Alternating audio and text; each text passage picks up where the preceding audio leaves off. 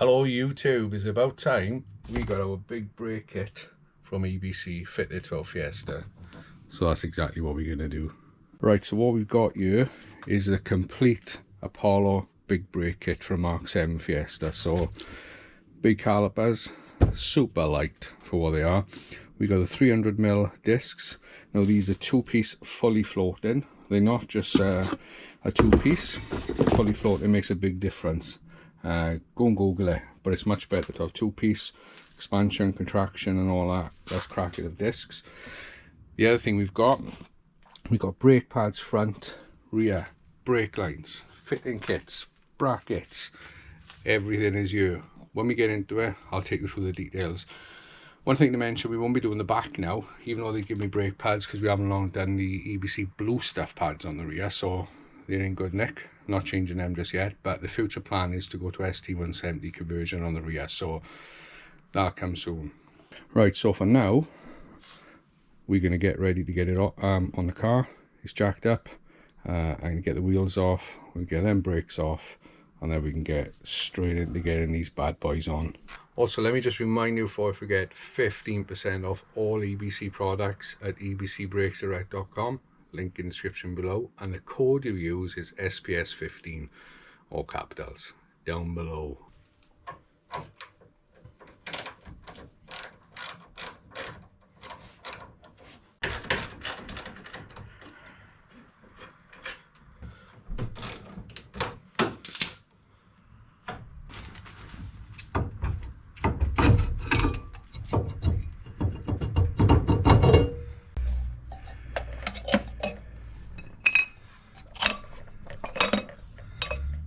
Right, so with the pads and discs off, I thought it was time for a little bit of a comparison compared to the endless. So when I ran endless, you know I love these, brilliant pad. EBC RPX, love these, brilliant pad. So what we've got here is two of the endless ME22 with a genuine 4 disc. These are the EBC RPX, as you know, and these are the EBC plain D series discs. So the first thing I'm going to show as a comparison is the disc. Now this is an issue I suffer with on the Fiesta, is crazing. I don't know if the camera is picking up that. Let me move around to touch in the different lights. So that's the forward one, and eventually that will lead to cracks. EBC is very similar, so they're both suffering with a little bit of heat crazing. The rears are fine. We've got no cracking on either of them on the rears, because I think that's because the outer part of the disc can expand and contract more than the centre, which is governed by the hub. So that's what leads to the crazing. Now pad wear. So the EBC, the endless, sorry, I've got two different ones here. I had a bit of an odd wear. This pad wore a lot more than that side. I'm not sure if I had a caliper, but the other three are on about that thickness. So we'll compare to the biggest one compared to the EBC RPX. Now noticeably there is more wear on that, so I'll put the two of them together and you can have a look at a comparison. Right, so I'm both side by side. Now there is quite a bit more pad on the endless. The thing to note is I did the exact same amount of track days on both of them. So the endless done a full day at Cadwell, full day at Castlecombe, and a half day at Pembrey. And the EBC done 2 full days at Castlecombe and 1 evening at Donington. So we're going to call that more or less 3 track days, because we get a lot of miles in the half days. Now comparing the two, yes, the endless has lasted longer. I would say these I'd probably be looking to change them now. They're very close to the wear marker. You may get a couple more sessions out of them. I would say the endless, I would use them for maybe 1 more track day and then be changing. So we could say EBC, you would get 3 good track days out of them, endless 4, and then I'd be looking at change. But because I had that unusual wear with that one, I'd be a bit wary of doing another full day. But like I say, I think that was more of a caliper issue than a pad. So looking at the other one, we'd say you get an extra day out of them. But now, you know I love the EBC pad, and that's because of cost. You can get these for £150 using my discount code. These you can get for £340. So you do the maths of economy and saving money. The EBC is the deal. Definitely the deal, in my opinion. They stop as well. They resist fade as well. Everything about them, I love them. So I love the Endless.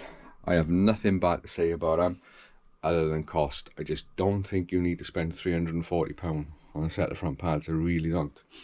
But anyway, I'm going to get the big brake kit. I'm going to put on there and we'll give you a little comparison. Right, so discs then, as you can see, this is bigger, 300mm versus, I think it stands about 280, are they 278mm, 280mm. So it's only 20mm bigger, but the biggest difference is, or one of them as well, is the thickness. So you've got an improvement in the diameter, the thickness, and the biggest thing with brakes is heat. Heat. If you can dissipate heat, your brakes will work much better, and these will, because the cooling vanes, if you can see in there, are directional. So it's almost like a fan. It will cool the brakes much better. Everything about them is better. Down to the, I said, the two-piece, the expansion and contraction. We're not going to get these cracking like you'll get with a one-piece disc. And now I could have gone for 330mm, but as you've seen in my previous videos, I wanted to fit these under 15s and 16s, and so that's why I went for 300mm. Now look at the pads, look at the pad size. So that's the standard size pad versus the Apollo big brake kit pad, a much bigger surface area. So they should be brilliant, and they are thick boys. So next thing you do, get ready to get them on. I'll actually get a caliper as well and put a caliper next to the standard one so you can see what that's like. Now this is the best bit. Look at the size difference in there. It's massive. That is a huge difference. They are monsters. Now these puppies are really gonna get rid of that heat. 4 pistons. So the heat management of them, even though initially you'd think only 20mm bigger, the way they will manage heat of brakes is going to be massively improved over them. So I'm going to wire brush this. Got some paint left from the old disc stuck on it, so we're going to clean all that up. What I'm going to do as well, I'm going to replace the lines, even though I've got braided there. I'm going to replace them for the EBC. We're going to leave them connected to them brakes, and then what I'll do is I'll whip it off there. I'll connect the new pipe to the new caliper, get that on, and then when I'm ready to do the swap, I'll do the swap quick and lose as little fluid as possible. And one thing as well, my little battery mod I done, so powering up the old DeWalt tool with the works battery, eh? Comes in handy, doesn't it?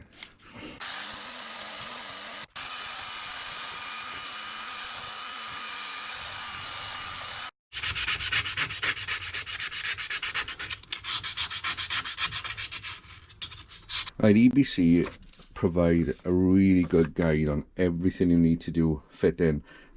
Torque specs, every detail is on there, so I suggest you read that. My video is not a how-to, you're just watching me do it. Steps won't be in the video, there's things I'll skip, but I assure you, read every detail of this. Let's say I'm just providing a bit of entertainment, not an how-to. Right, so with the mounting bracket, that's going to go on like that. Now behind that you can put a selection of washer thicknesses. I've got a 1/2mm there. There's other sizes in there. I think there's 1/2mm, a mil, maybe 2mm, I'm not sure.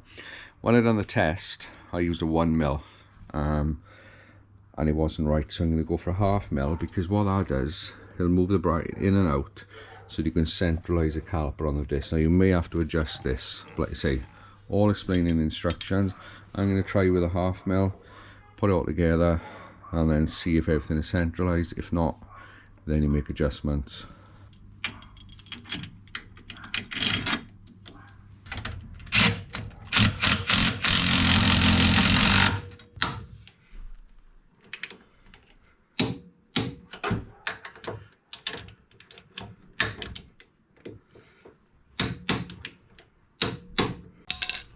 Right, so I've taught that to 100 newtons. Now we may have to change that, like I said, because the washer might have to be changed, but just in case it's spot on, I'm going to torque it now, so if it's right then I'll have to re-torque it later. So the disc has just had a good degreasing. That's now ready to get put on.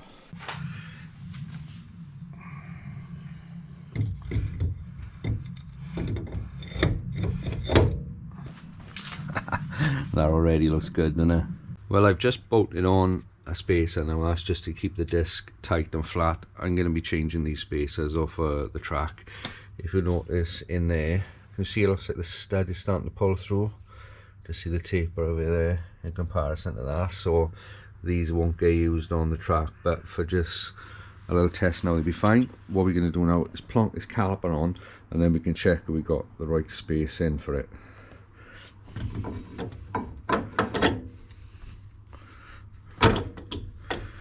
Right, so you'll know when that's in because it's a bit of a grooved fit. Bolts, then we're going to plonk these in. I won't fully torque these up, but then we're going to check the centralising gap in there. We'll torque them after then once we know everything is fine.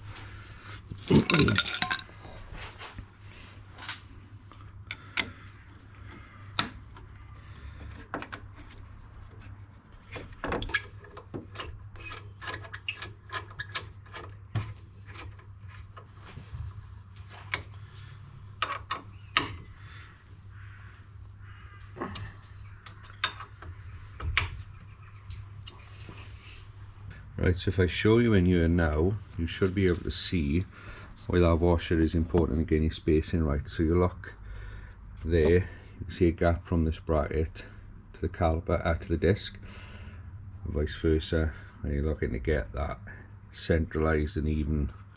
Right, so once you're happy like I am, torque them up now to 60 Newton meters.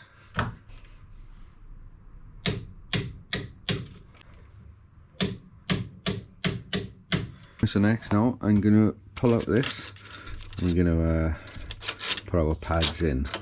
Right, so I've got the RPX pads because you know how much I loved them before, and they do give you these shims. Now these are designed, I think, as like an anti-squeal plate that you can click over the top. The instructions do say they're mainly for road use. If you're using the car on track, it says you're going to get a bit more feel by not using them. But I think what I'm going to do, I'm going to put them in because they supplied with it, and if I have any issues where I want a bit more feel, I can whip them out.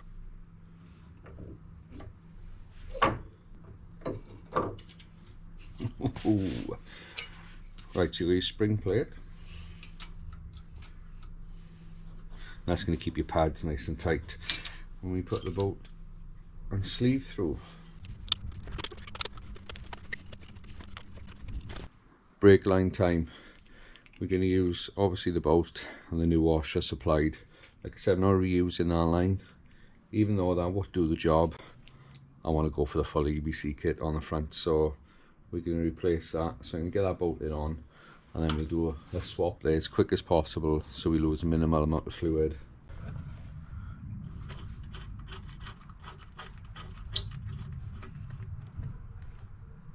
Right, there you have it. Brake line is all on, done. Everything's nipped up tight. Get that. How good does that look? I am absolutely over the moon with that. Right, stick it off. I've got to get that sticker off too. The other side to do, and then we'll be done. So there we have it. Both sides on. This one's all complete, and I'm in love with them. But let me come and show you something over here. Right, so I put a 15 on, so you can have a look at what it's like with a 15. I don't know if you can see the clearance. If I spin the wheel, see the weights just miss, but they've got to be moved. I'm going to have them moved inside the wheel, but works absolutely perfect. I've just got bleeding the brakes left to do. I've got some bits left over which I haven't used, like I explained. So rear brake lines, I haven't used them because I've already got braided on the rear. I've got a set of yellow stuff that were part of the kit for the rear. I haven't used them yet because we've Still got a healthy set of bluestuff, and I've got the front pads that come with it, which are basically just a yellow stuff pad. So we haven't used them because we got RPX, but I'll keep them as a backup at some point. If I was to be at a track day and they hit metal and I didn't realise, they can just be a quick backup to finish off the day. So that's pretty much it, just onto the bleed in. Right, so that is it, all finished. Everything's on, done, bled with the fluid that come from EBC. I'm ready to go for a quick test drive, and what I've done is I've put the 16s on, because we've done a test with 25mm spacers on 15s. Now the brakes don't need a 25mm spacer on a 16-inch. There was only a 5, but I've only got a 25, and I just want to see if it will rub the arches, my own curiosity. But as you can see, plenty of room on the 16. I don't know if I was picking it up, but you see that? Lots of room. So, and with the 16s and 25mm, I don't know about the place at all, it doesn't look too wide. Still snug in the arch, I think. So other than maybe catching an arch liner, that should be fine. Right, I'm gonna go for a test drive now. Probably gonna film none of that because it's just, I gotta do 200 miles before I can start the proper bedding procedure according to the instructions. So yeah, it's gonna be nothing exciting, but what I'll do after I've done the little test drive, I'll give you my little opinion on what they feel like, so I'll catch you in a second. Right, so that's my test drive complete. Felt fantastic. Obviously just brakes at the end of the day, but I couldn't do any hard stops because they need the full bedding in procedure, but under normal driving felt brilliant. Can't fault them, sharp, precise. But like I say, I didn't push too hard. I've got to do the 200 miles bedding, then I've got to go through the cycle. So the full test will be on track. Now stick with me because coming up soon, if it all goes to plan, I've got something special happening, and I will be on track very soon and meeting up with a rather large company on a test day. So I can't wait for that. Hopefully it goes to plan. So that shouldn't be too much longer. So for now, that is it. Hopefully you enjoyed watching me fit these brakes. Don't forget the discount code down below. Don't forget EBC have their own channel as well. Go and have a look at their YouTube channel. I think they're trying to promote themselves through that and show off what they're doing with the Fiesta. So go and take a look if you like your Ford. So that is it from me today. Thank you very much for watching, and guess what? See you on the next one. Hopefully you better be there. Bye.